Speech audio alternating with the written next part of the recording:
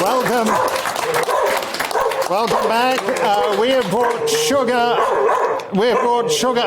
Please, this is my scene. Your dialogue is next scene. The Egyptian growler, yeah, indeed. That is sugar. We might as well find out what the other dog is called, Vikki. This is Scully. And this is Vikki Spit. And Vikki has a unique distinction. She is the first person in the United Kingdom to have been informed that the government will compensate her for the loss of her loved one, £120,000. It isn't a lot of money, but the important thing is that the government has acknowledged that the COVID vaccines can kill.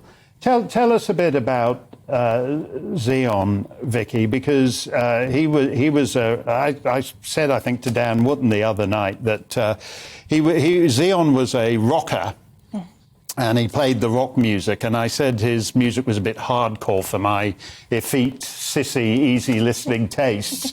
But that I should have really have said that, because you two were awfully good. You played bass, and your band went all over the continent, and you had fans, and those fans miss Steyn. They do. Something that really struck me after I sort of let people know what had happened was the response from people the fans we'd had over the years and people that he'd been in touch with. I had so many messages from people saying things that I didn't know that he'd done, because he was a big advocate for helping people with depression and anti-bullying. So people were messaging, like, he helped me, he spent hours talking to me, he didn't have to, he was so nice. And that was just, these private messages that you're sending to people to help them through troubled times. Yeah, no, I know him only from the things you've written about him, and it's clear that he touched a lot of people, he made a difference in their lives. And you remember the chronology, because you posted a few weeks back to mark the anniversary of the day he left the house to go off and get the vaccine because he thought it was the responsible thing to do. Yeah, he was ridiculously healthy. He exercised every day, he didn't drink, he didn't smoke.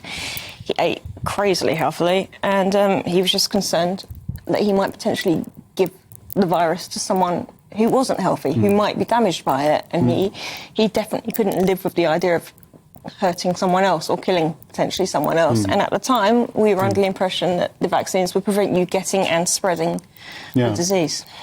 Now, you said something I thought was absolutely astonishing. You'd set a date to be married. Yes. And then the COVID happened and the lockdown happened, and they say, oh, no, you can only have whatever it was, 7 people at you. So you thought, OK, well, we'll postpone it. And you postponed it, and he died. And then the government told you, oh, no, you can't have any bereavement money because you weren't actually married to him, even though it's the government's actions that were the reason you were not married. That is very true. I sort of became aware of that initially within the first few weeks of Z dying, because a few people had told me there's a bereavement payment, oh, you're not eligible for it. And I didn't really think further than that, because the first few months, as any of these widows will tell you, you cannot think straight, you can't take anything in.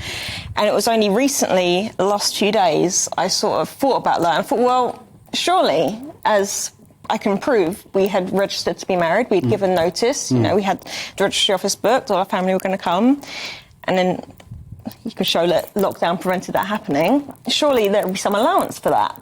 And I'm told there isn't. And I'm told there is no way of appeal. Now, this isn't a vaccine issue, and this is not just a me issue. This is a lockdown issue, which affects anyone in that situation. And just to take it a little bit further, if you take into consideration universal credit, for example, if you cohabit with a partner as if married, it affects your ability to receive universal credit. Right. If said partner who you live with as if you are married dies, it's not as if you're married anymore. You don't get anything. And that seems like a gross hypocrisy to me.